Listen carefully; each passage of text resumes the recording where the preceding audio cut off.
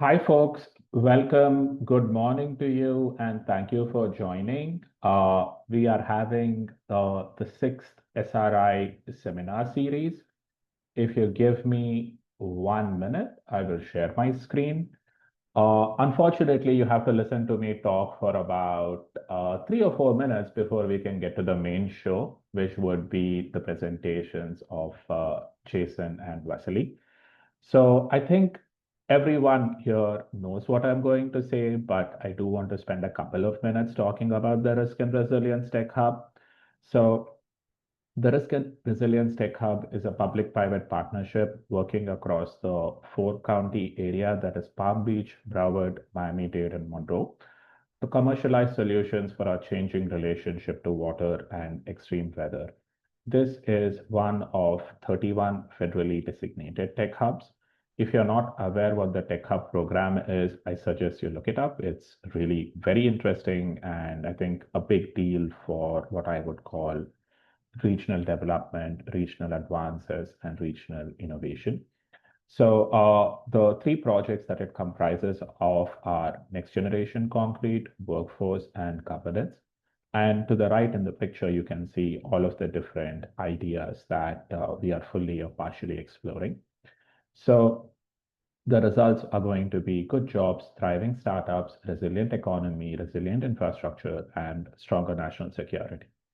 I don't necessarily want to go into the details here, given that this is a very busy site, but you can see the sort of impact that we aim to have all the way from really into the water to really into the land. And these include a number of different topics on concrete, on coastal resilience, on coastal defense, on corals, on wall of wind testing, etc. So this seminar series is one small part of what we do. But the idea here is that we will educate and bring awareness to high TRL technologies to accelerate their adoption. So if any of you see what you like here, right, the people that are presenting would love to have a conversation with you, especially if you have money, resources, sites, etc., to help reduce the barriers to commercialization of new technology. Ultimately, we really want to advance startups and technologies. So please tell your friends about the series. Please tell your friends about the wonderful technologies that you'll hear about. So today we have a double feature that is Jason and Vasily will be presenting. MLSI, which is the Marine Living Structures Initiative. Jason will talk about that. And Vasily will talk about Thrasos3D, which is novel artificial coral reefs. And the two next seminars, I've put them in the chat as well. I have one request from you. Please, if you don't mind, introduce yourself in the chat. Say a little bit about who you are, what you do, and a LinkedIn or an email, anything like that. If you want to share, because making connections is very important for us as part of this seminar series. So that's all from my side. So let me stop sharing. And Jason, the floor is all yours. Good morning, everyone. My name is Jason Bregman with Singer Studio. We're in Delray Beach, Florida. I'm going to be presenting today on the Marine Living Structures Initiative. Really appreciate Bruno inviting us here to speak about the project. Just a little background about our studio. It was founded by the artist Michael Singer, and this is our South Studios here in Delray Beach. Our North Studios in Vermont. Mr. Singer passed away a year and a half ago. So I'm on his foundation. The work will continue through the studio, but a lot of the work that you're seeing here is stuff that's generated through an artist's studio. So our primary work is not necessarily in innovative concrete and artificial reefs, but it is one project we've been developing for the last 7 years, actually, that Michael was really excited about. These are just going to run you through some projects that give you an idea of what we do as an innovative design studio, art and design studio. These are water filtering gardens. The one there for the biofiltration wall filters 100,000 gallons of water a day. It's completely solar powered. It uses a lot of concrete, and a lot of our work uses concrete, and that's how we got involved in more sustainable and resilient concrete. Over the years, we've done a lot of coastal work, and including this mangrove planter. This was one that was developed with Palm Beach County and the National Endowment for the Arts, with the notion of actually creating a system that could be deployed quickly. These pieces were put down in 4 hours, and it could grow mangroves, and then it could be eventually picked back up and relocated to another site to grow more mangroves.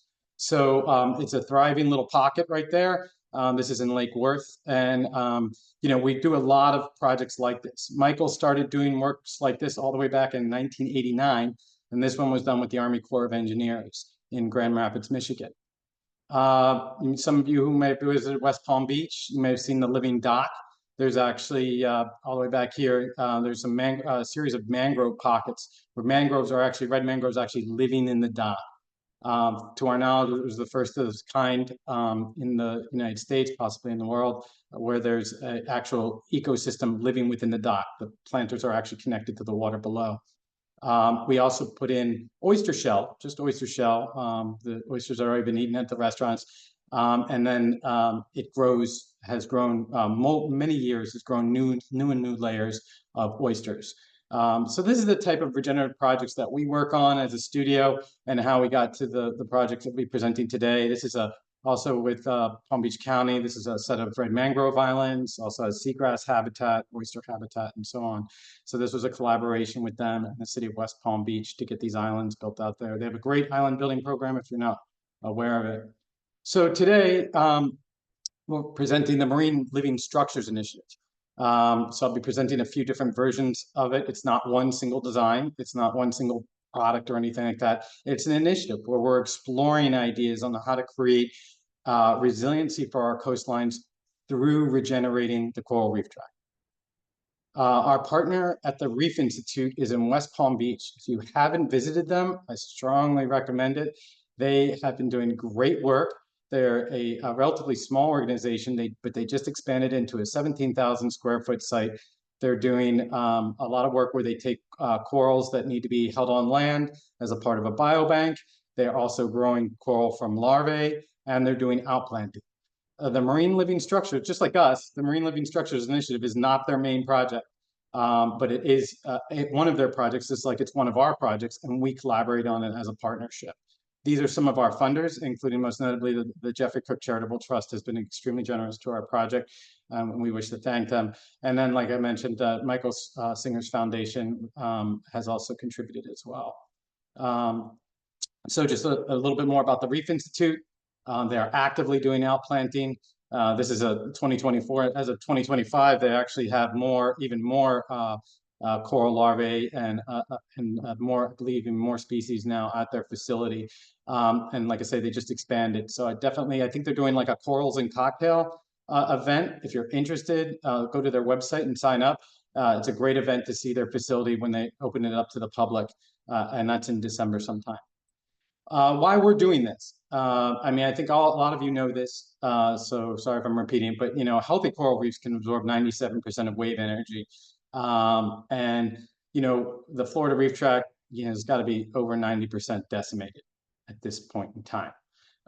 So there's a skeletal structure remaining in some areas, and then just rocks in other areas. But if we want our reef in any way to survive, or to try to bounce back, or to try to regenerate, we're going to need to create new structures for them to grow on.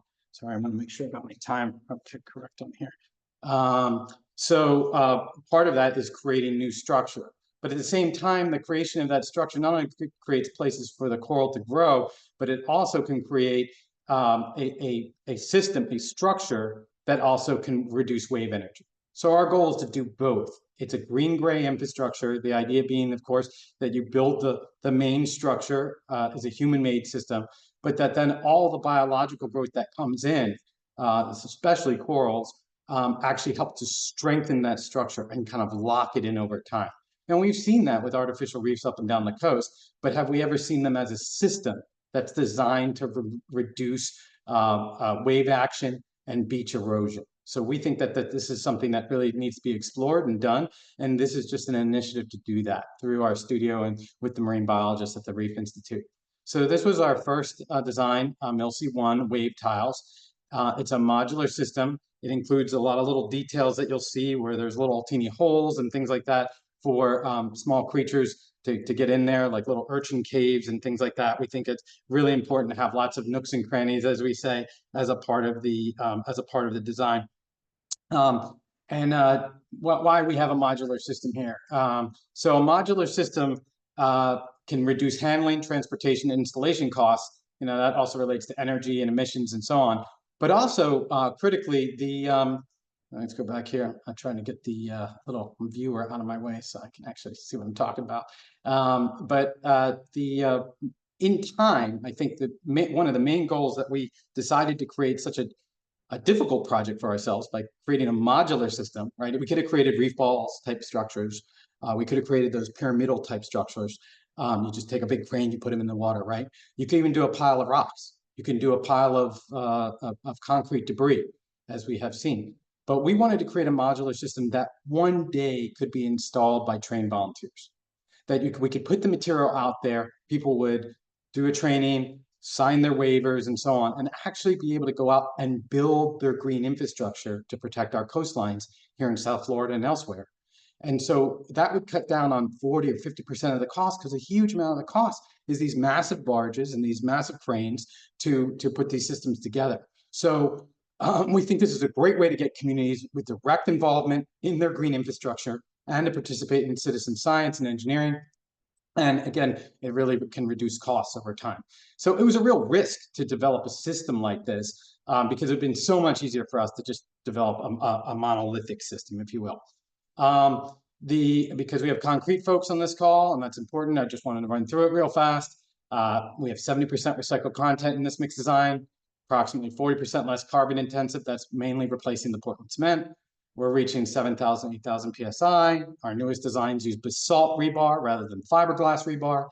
And we have integrated experimental textures and patterns. I love sharing these molds for the workforce folks that are on the call and stuff like that. I just want, this takes a real amazing set of skills that's actually quite evolved here in South Florida and not in many other places of the country. So South Florida actually is really good at creating precast products. I know there's a lot of interest in 3D printing, but there's an existing industry that's doing some amazing work in precast that really is hard to beat nationally or even internationally. As I mentioned, we're also testing a range of surface treatments, textures, and patterns for biological optimization. And this goes into a little bit of our mixed design. 100% recycled aggregate, that's recycled concrete or oyster shell. Recycled glass sand, and 40% recycled glass pozzolans. We use this mixed design on land too. This is a project we did in, I think, 2021 in Chattanooga, Tennessee, and it's holding up great. And so these are, sizable concrete pieces, as you can see. And then we tested them with the Reef Institute for years you'll see little hermit crabs, snails, little coral fragments to make sure that the mixed designs were compatible. We tested like 12 mixed designs and a range of surface treatments and patterns. We did this for a couple of reasons. One, a few of the mixed designs failed. The creatures didn't like them. But also in the future, we want to see on patterns like this, do these creatures, does the larvae pick up in certain patterns or textures better than in other patterns and textures? So for us, that's a big deal. If we could find oh my goodness, they just love these little nooks here, and we found a significant difference in that uptake of larvae, that would be a huge finding. So you'll notice on our pieces that there are a lot of these different types of textures it's essentially just an experiment, just to see, what's going on, what could thrive. So if you look closely, you'll see some of that. This is the installation that was done in Palm Beach County near Singer Island. It's not an ideal site, but it gave us a site to at least try to see how these things fit together, how to do it underwater, and we'll see how it grows. It's not really a site that's going to pick up coral. We did put these out at Peanut Island for 6 months on a very, very temporary permit use, and we did see coral colonies, 13 coral colonies attach within that 6 months. This site is a little more challenging. It's near the Port of Palm Beach, and so you can see it's frankly a dirtier site. and the sponges are fine and all that, but they did go ahead, Palm Beach County did go ahead and outplant some coral out there that was taken from a seawall, and they're monitoring it. But this is it after 14 months underwater. But we were very pleased to see when we put it in an area where corals would want to attach, they certainly did very quickly. And then this site is more to see how the structure is performing over time. And if anything can adapt to it, I mean, there are a lot of fish, a lot of what you would expect, but this is not really an optimal site for coral. Our current design, we call MILC2, is now, you can come and see it at the Reef Institute in their lobby. You can also see it on MILC1 there too. So we encourage you to do that. Again, they're in West Palm Beach, and the Corals and Cocktails thing is happening in December. Come, take a look, touch it, feel the textures, feel the structure, see what you think. This is a newer design, again, based on a modular system. Our goal is to make something that can be put together underwater, or it could be put together on a barge and placed overboard, whatever someone might want to do. You can put it together on a boat, but it is a system where you can see two people can pick it up, obviously with lift bags, and underwater it'll be easier to move around, manipulate. But we were able, once we got the hang of it with a group of people, we're able to kind of put these together in about one of these 3-part pieces in about 20 minutes. So just goes to show you, we can take a system, make it very strong. It's been engineered to withstand wave action. It's been engineered to link and grow and evolve and stack, but something that 2 people can pick up. And that, again, that was a real challenge to do, and that's why it's taken so long for us to do it. So this is the MILC2 module that you see there, and how it can kind of stack and aggregate. I'm just going to show you a few different versions of that. This is at a single level, where you can kind of see this almost like mandala-like pattern, and where it links together and how multiple modules can link together. If you just want to have a single level and not have multiple levels, this would be what a single level would look like. At multiple levels, they stack. It's an open lattice system, so that all sorts of creatures can kind of move in and out of the system. We know there have been concerns with entrapment and things like that. That's typically in one of those pyramids or boxes where creatures are getting stuck in. In this case, it's a completely open lattice structure. And yes, the goal ultimately is to create an aggregation of these and show that we can reduce wave action and beach erosion. Because frankly, that's where the money is, to continue to do this type of work and to grow our reefs and to regenerate our Florida reef tract or in other places of the world. We need to, people aren't just going to build this just for the reefs, sadly. Otherwise, we would have done a lot more to protect our reefs. So, but if we make a proposition that says, well, if we do a prototype large enough and see that we can reduce, let's say, beach erosion by 60 or 70% or more, then there's an economic argument to be made to do something like this to protect our coastlines, that then involves less beach renourishment and pumping sand, which costs millions and millions of dollars a year. So if we can do this instead, have a tourist attraction, have a healthy a marine ecosystem, improve fisheries, and protect our coastlines, that's a quadruple bottom line approach, right? Help the insurance industry, you know, so it's 5 really good reasons to do that have economic benefits. And that's why we're trying to get this in the water at scale, so that you can bend it, you can move it, you can move it around, you can stack it, don't stack it, make it taller in some areas, make it shorter in some areas. This is our computational fluid dynamic modeling that we've been doing, coming out pretty well, pretty happy with it. And again, we're able to put this together with a team of volunteers on land. It should be easier to do underwater, especially with a bit of training. What I'm showing you on the other side is, for whatever reason, we're having a very difficult time piggybacking off of existing artificial reef permits in Florida. I think people are just very cautious. Florida wants to be the leader of the blue-green economy, but yet we have a lot of folks with permits that don't seem to want to have innovative work being deployed. We don't really know why. We are in positive conversations with Broward County, and we've had conversations with a lot of folks. Some of you are on the call from Miami-Dade. If you know anyone, we can't seem to reach the reef line. We are not seeking funding. We have funding. But if you know anyone that might be interested, that you could put us in touch with, or that you might want to get in touch, let us know. But this is our permit to deploy in Turks and Caicos. They're very excited about it. We're very excited to deploy and get some data on this. It's just sad that we can't do that in South Florida, where we want to be and where we can actively collect data with our own team. So again, thank you for your time. This is my contact information. I think I've done this within the time that I've been allotted, so I hope I didn't go over at all. And if you guys have any questions, I'm here to answer, and also even have a few questions of my own, should anybody not be interested in asking questions. I have questions. So I look forward to your thoughts. Thanks.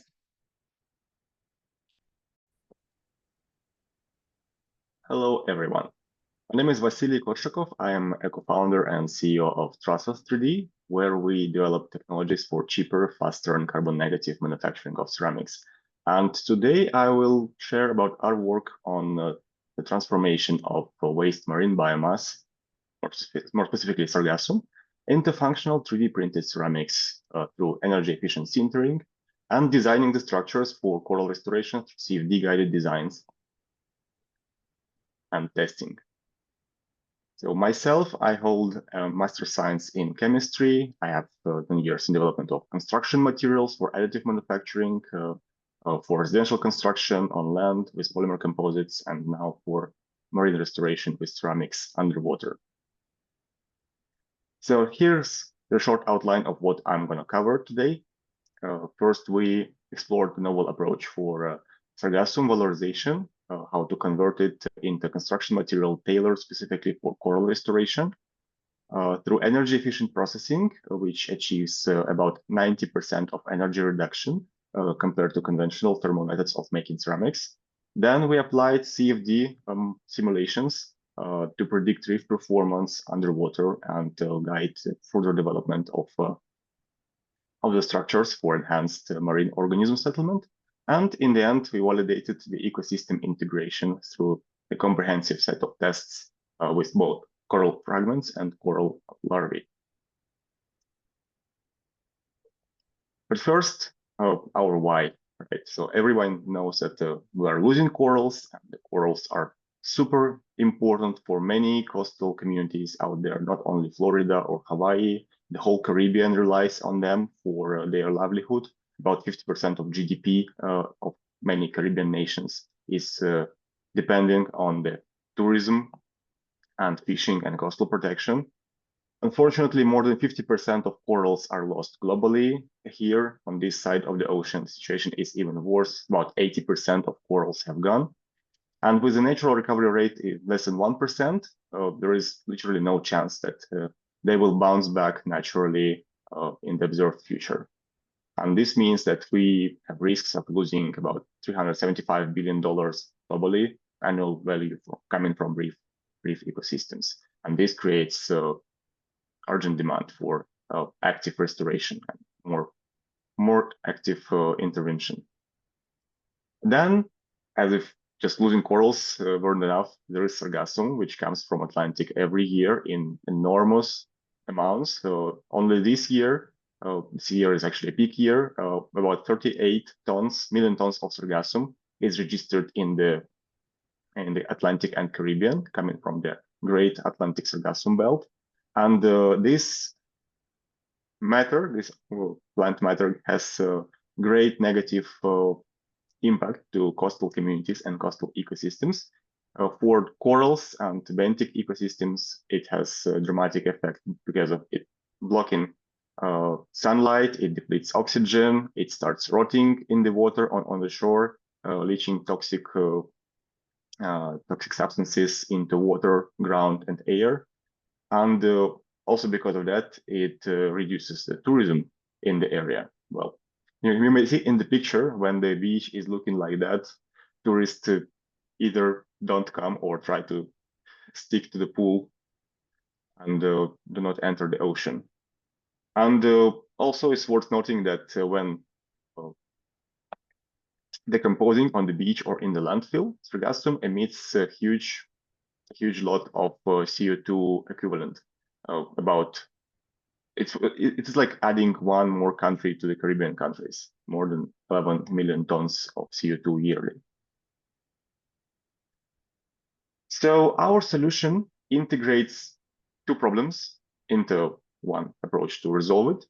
We found a way to use sargassum as a raw material for making ceramics in our own way. Sargassum serves in this case as a source of carbon, calcium, magnesium, potassium.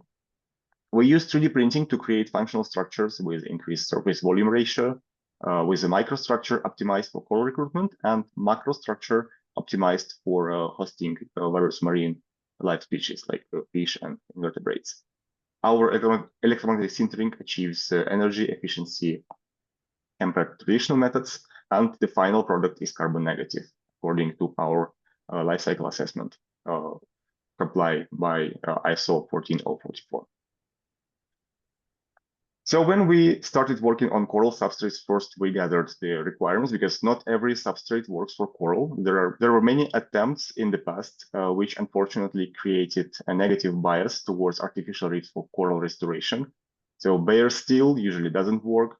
Plastics doesn't work. Not every concrete, unfortunately, works because of both material chemistry and surface configuration. But generally, the corals, as sensitive little animals, they look for a substrate with a neutral pH, containing heavy metals or biocide additives, and with porosity close to their natural coral skeleton porosity. For the surface, little coral larvae to succeed in recruitment, they look for the structure providing some microturbulence to get them favorable settlement conditions. And of course, the reef should have larger openings to provide habitat to larger species. To produce the reefs in our way, we employed our proprietary method of making ceramics, starting with sargassum pyrolysis to turn it into biochar. Then we mixed the biochar with the rest of the material formulation and 3D printed the reef blocks, sintered them at the maximum temperature of 1100 degrees Celsius, and obtained the reef modules for underwater reef building.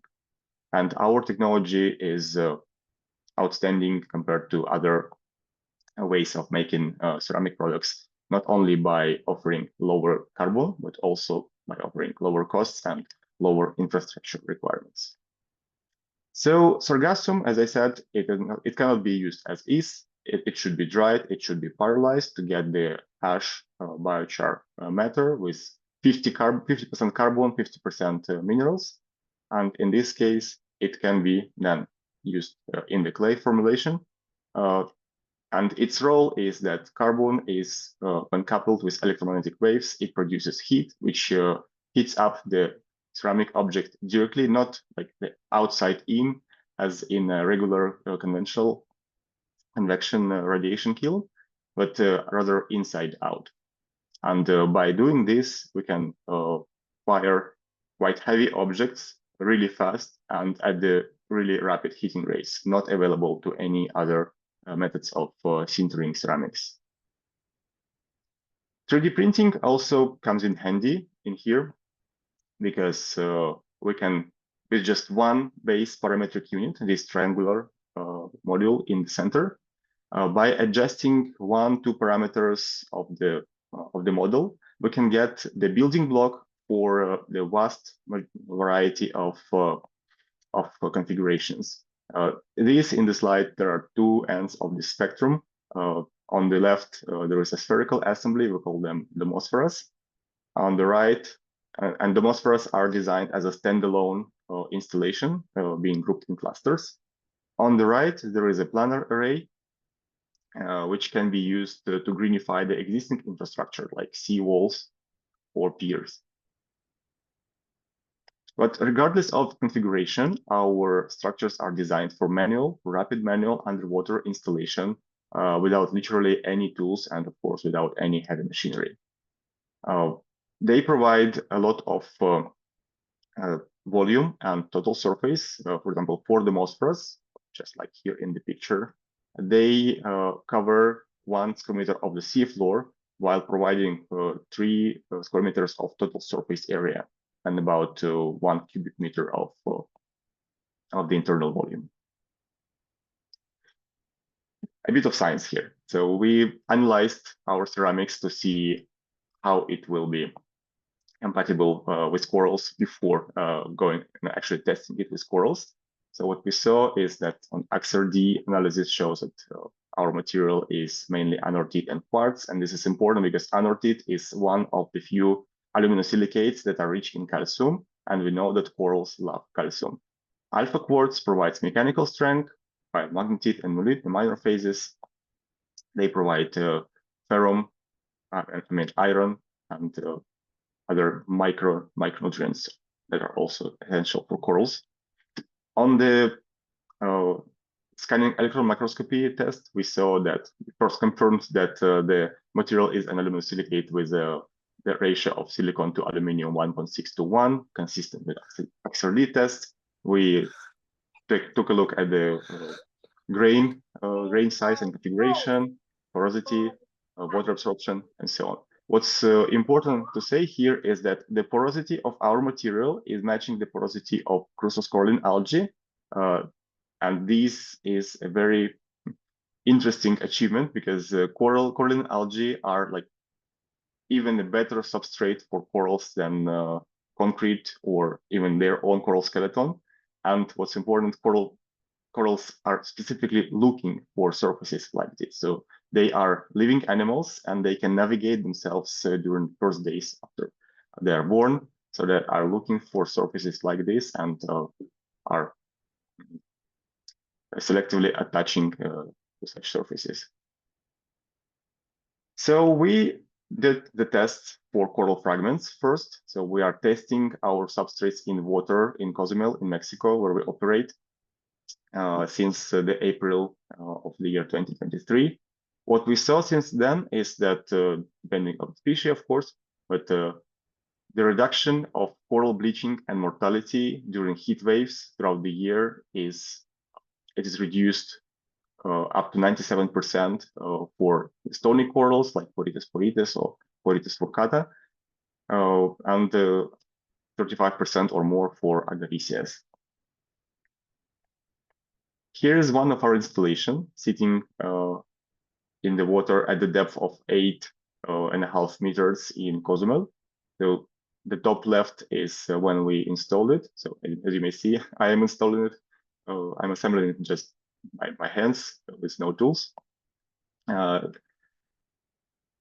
left is the installation after 3 months. So no significant growth of algae, good survivability of corals. And on the right, that's how it looks like after 6 months. So much more fish, much more life. And before we installed, this piece of the bottom was just some sand and some algae. So there was no place for corals to settle on at all. Then we tested our substrates to see how good it would work with natural recruitment. And we saw great success in this too. So we tested it with just one type of corals, Diploida labyrinthiformis. It's a brain coral, very important for Mexican reefs, as it is a reef forming type of coral. And we saw, in comparison with conditioned and unconditioned concrete units, our materials have a higher recruitment rate and also higher rate of survival after the first days. In this test, we also used one of the coatings we have developed in addition to ceramics, which is based on sargassum extract and mineral nanoparticles. And this coating is improving the coral settlement rates even more, while also suppressing the algae growth on the surface, the so-called biofouling. And this is what excites us a lot to explore further. Additionally to coral tests, we also saw through CFD how the Demospheres modify current dynamics in the area of installation. And what we saw is that they are able to slow down the water current velocity from 6.7 meters per second in the simulation down to 1.2 meters per second, and increase the turbulence, especially behind the structure, up to 14 times. But when installed in clusters, they work even better, because when the Demospheres are situated close to one another or connected, they create safe turbulence not only around them, but also within them. And when placed in bigger clusters, they create the protected area for the healthy ecosystem with the footprint 10 times more than their actual physical footprint. That is it. We are looking for projects in South Florida to participate in. So we can install as a standalone structures. We can work with greenifying the existing concrete infrastructure. We are open to mixed hybrid concrete ceramic projects at different depth. So if you are making a project or are aware of someone doing it, we are happy to talk. Thank you very much, and I'm here to answer your questions.